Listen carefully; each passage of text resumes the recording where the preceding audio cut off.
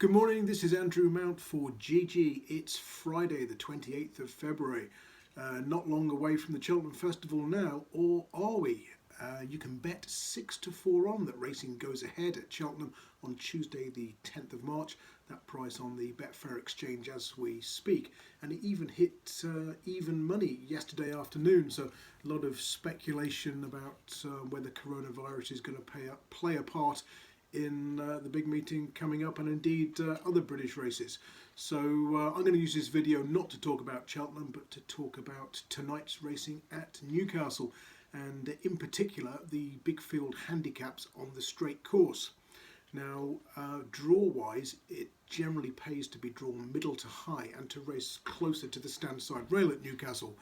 That's partly perhaps because the track is not as deep there, but it's often down to the crosswind that we get here, and we have a crosswind forecast tonight which will be hitting those drawn low first of all.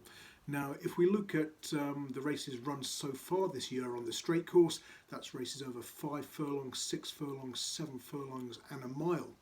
We've had 36 handicaps featuring 8 or more runners, and only one winner has come from stall 1.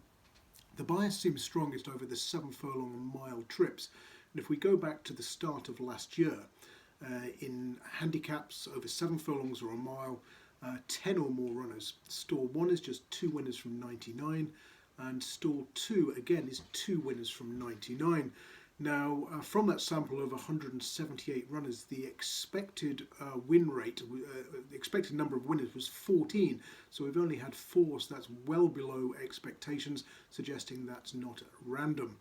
And had we backed all those stall 1 and stall 2 runners in those big field handicaps, we'd have lost over £179 to a £1 level stake at SP. So that's obviously very worrying if you were the low drawn runner tonight.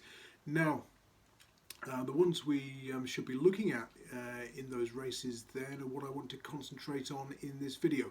So we start with the 6:15, which is a 5 furlong handicap featuring 13 runners. Now, I often talk about front runners struggling at Newcastle, but the one trip they're doing pretty well at over of late is this 5 furlong trip, particularly when there's no headwind. So Go On Buster, a general 7 to 2 shot, is where my money's gone in this race. He's drawn top of the shop in stall 13 and ran a really good race over course and distance last time out when it was headwind affected. He finished 4th from stall 6. Now, the first 3 all came from well off the pace and were drawn in stalls 14, 13 and 4, making the horse in stall 4 the outlier in terms of the draw. That was Tathmeen. He won next time out.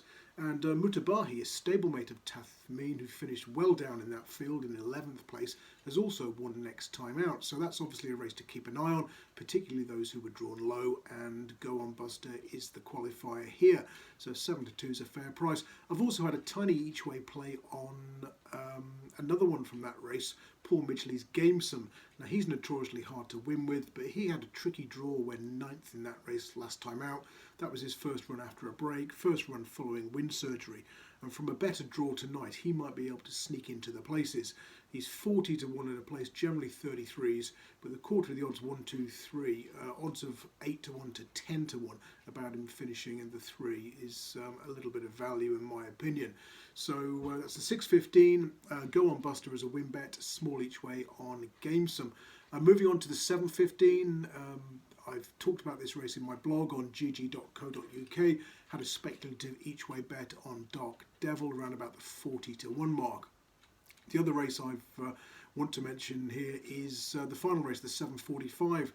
This is a big field 6 furlong handicap, lowly class 7 affair, but I have backed Croy for the Ollie Pears yard, well drawn in stall 12 of 13.